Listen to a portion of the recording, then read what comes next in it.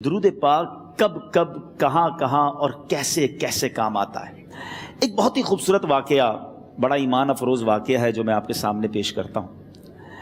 ایک دوست نے اپنے ایک دوسرے دوست کو قرض دیا، اور جب اس نے قرض دیا تو وہ قرض ایک بڑی اماؤنٹ تھی، 3000 دینار۔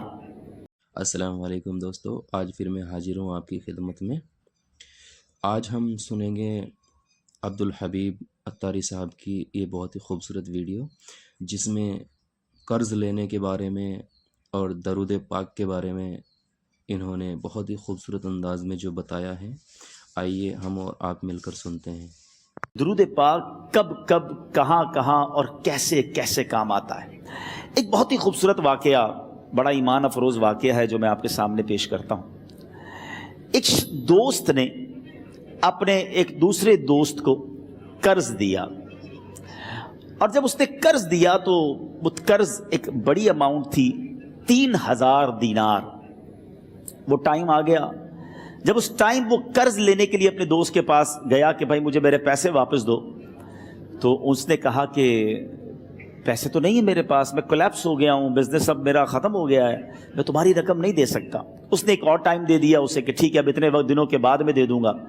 وہ ٹائم بھی گزر گیا، اور جب وہ ٹائم بھی گزر گیا تو اس کے بعد اس دوست نے کہا کہ اب تو پیسے دے دو بھائی، میرا ٹائم پورا ہو گیا ہے۔ پھر نہ دے سکا ٹائم۔ آخر کار معاملہ جو ہے وہ کورٹ میں چلا گیا، قاضی کے پاس چلا گیا۔ اب قاضی نے جس کو پیسے دینے تھے اس کو بلایا اور کہا کہ بھائی آپ کو اس کے پیسے دینے ہیں؟ کہتا ہے ہاں پیسے تو دینے ہیں۔ تو کہا پھر دیتے کیوں نہیں ہو؟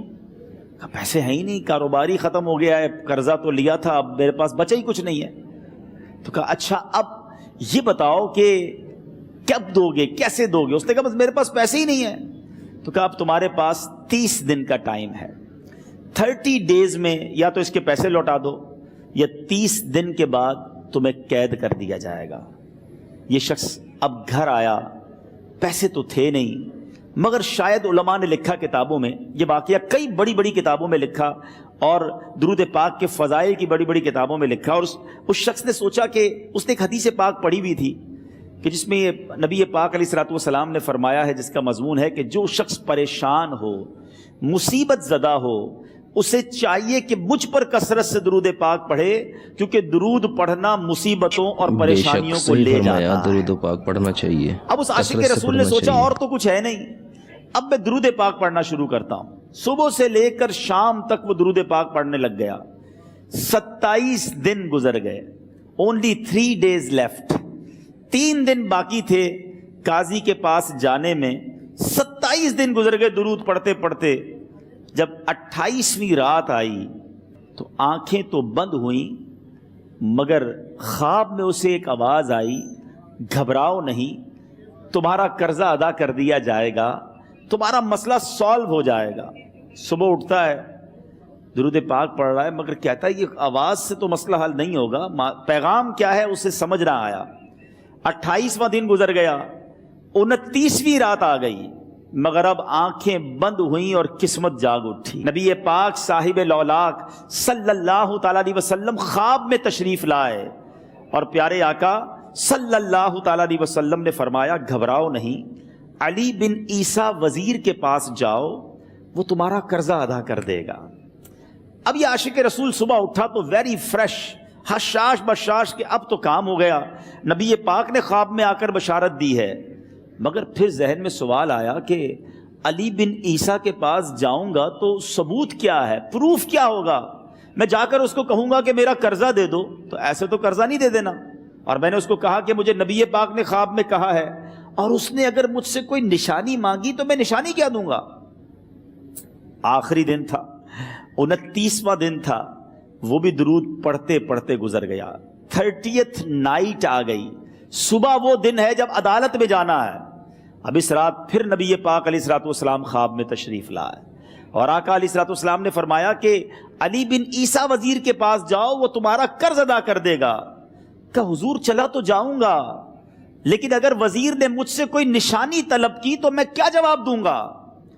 پیارے آقا علیہ الصلوۃ والسلام نے کمال کا ارشاد فرمایا کہ علی بن عیسیٰ سے کہنا کہ تم روزانہ فجر کی نماز کے بعد 5000 بار درود پاک پڑھتے ہو، یہ راز فقط تم جانتے ہو اور تمہارا رب جانتا ہے۔ اب یہ جب صبح اٹھا تو ایک نشانی بھی مل چکی تھی۔ عدالت میں جانے سے پہلے وزیر کے دربار میں پہنچ گیا، اسے یہ ڈر تھا کہ آج پیسے نہ لوٹائے تو سزا ہو سکتی ہے۔ جب وزیر کے دربار میں پہنچا تو وزیر اپنے مشیروں کے ساتھ بیٹھا تھا۔ کہا مجھے آپ سے بات کرنی ہے۔ کہا بتاؤ کیا بات کرنی ہے؟ کہا میں ایک پیغام لایا ہوں آپ کے لیے۔ اچھا کس کا پیغام لائے ہو؟ کہا میں نبی پاک جناب محمد مصطفیٰ صلی اللہ تعالیٰ علیہ وسلم کا پیغام لایا ہوں۔ وہ عاشق رسول وزیر تھا، کہتا بتاؤ میرے آقا نے کیا پیغام دیا ہے؟ کہا حضور میں 3000 دینار کا مقروض ہوں، آج آخری دن ہے اور میرے آقا نے مجھے بشارت دی ہے کہ آپ سے کہوں کہ آپ میرا قرض ادا کر دیجئے۔ علی بن عیسیٰ کہتا ہے کوئی ثبوت ہے آپ کے پاس؟ ہے کوئی دلیل بھی ہے آپ کے پاس؟ میں کیسے مان لوں کہ آپ کو نبی پاک علیہ الصلوۃ والسلام نے بھیجا ہے؟ عاشق رسول کہتا ہے خالی ہاتھ نہیں آیا، میرے آقا نے مجھے دلیل بھی عطا فرمائی ہے، مجھے ایک ایویڈنس بھی دیا ہے، اور پروف یہ ہے حضور کہ آپ روزانہ صبح فجر کی نماز کے بعد نبی پاک صلی اللہ تعالیٰ علیہ وسلم کی بارگاہ میں درود و سلام کا نذرانہ پیش کرتے ہیں۔ جب تک 5000 کا عدد پورا نہیں ہوتا آپ اس وقت تک کسی اور سے بات نہیں کرتے، اور اے وزیر صاحب یہ راز صرف آپ کو پتا ہے اور آپ کا رب جانتا ہے۔ اللہ اکبر! وہ وزیر تو جس کو کہے نا جھوم اٹھا، ایسا عاشق رسول وزیر تھا جو روزانہ صبح 5000 درود پڑھتا ہو، اس کی تو عید ہو گئی نا۔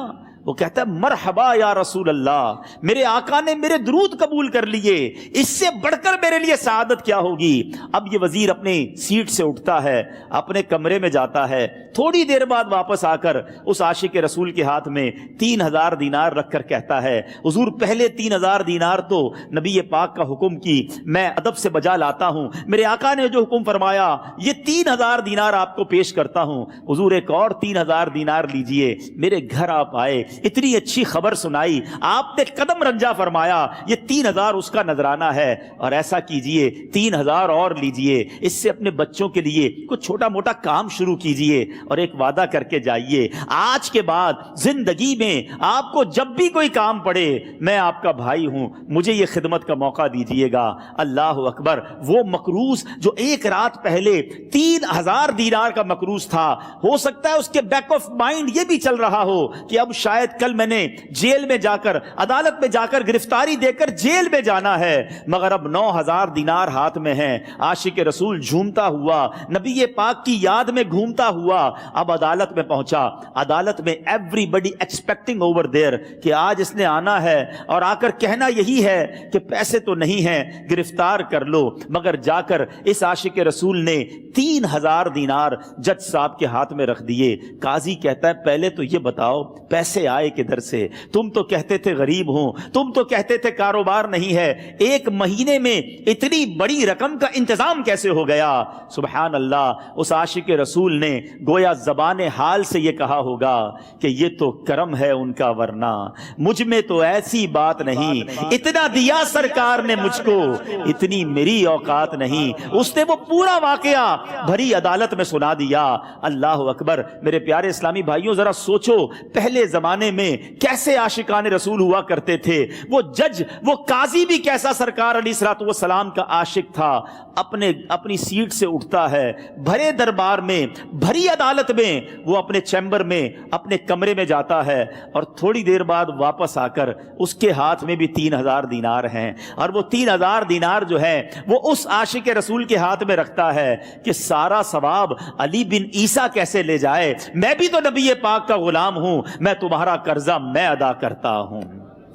اچھا اب ایک اور عجیب سینیریو یہ بن گیا کہ جس نے کیس کیا تھا، جس نے دعویٰ کیا تھا، وہ بھی یہ سارا منظر دیکھ رہا تھا۔ کہتا ہے جج صاحب ذرا رکیے، میں بھی اپنے آقا کا امتی ہوں، اور ایک کام کیجئے قلم کاغذ منگوائیے، اس عاشق رسول کا قرضہ ہی میں معاف کر دیتا ہوں۔ اچھا اب عاشق رسول نے وہ واپس 3000 دینار جو جج صاحب نے دیے تھے وہ واپس جج صاحب کو دیے کہ حضور یہ پیسے آپ ہی رکھ لیں، قرضہ ہی معاف ہو گیا، اب آپ کے پیسے کا میں نے کیا کرنا ہے؟ جج صاحب کہتے ہیں جو پیسے نبی پاک کے نام پر نکالے ہیں اب مجھے واپس نہیں چاہیے، یہ بھی تم اپنے ساتھ لے جاؤ۔ اللہ اکبر۔ میرے میٹھے اسلامی بھائیوں، وہ عاشق رسول ایک رات پہلے 3000 دینار کا مقروض ہے، اب 12,000 دینار لے کر گھر کو واپس جا رہا ہے۔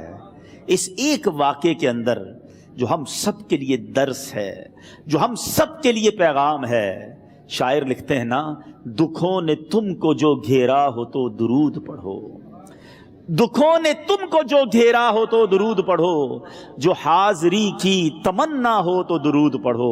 آج ہم بہت ساری پرابلمز میں ہوتے ہیں، یہاں بھی ہو سکتا ہے میرا کوئی بھائی بیمار بیٹھا ہو، کوئی قرضے میں ڈوب گیا ہو، کسی کا کوئی بزنس پرابلم چل رہا ہو، کوئی فیملی ایشو میں ڈسٹرب ہو، آپ کسی بھی پرابلم میں ہیں، خدا کی قسم درود پاک ایسا وظیفہ ہے۔ لوگ بہت سارے وظائف پوچھتے رہتے ہیں، بہت سارے جناب وظائف کے بارے میں معلومات کرتے رہتے ہیں، سچی بات یہ ہے ہر درد کی دوا ہے صلی علی محمد، ہر درد کی دوا ہے صلی علی محمد، تعویذ ہر بلا ہے صلی علی محمد۔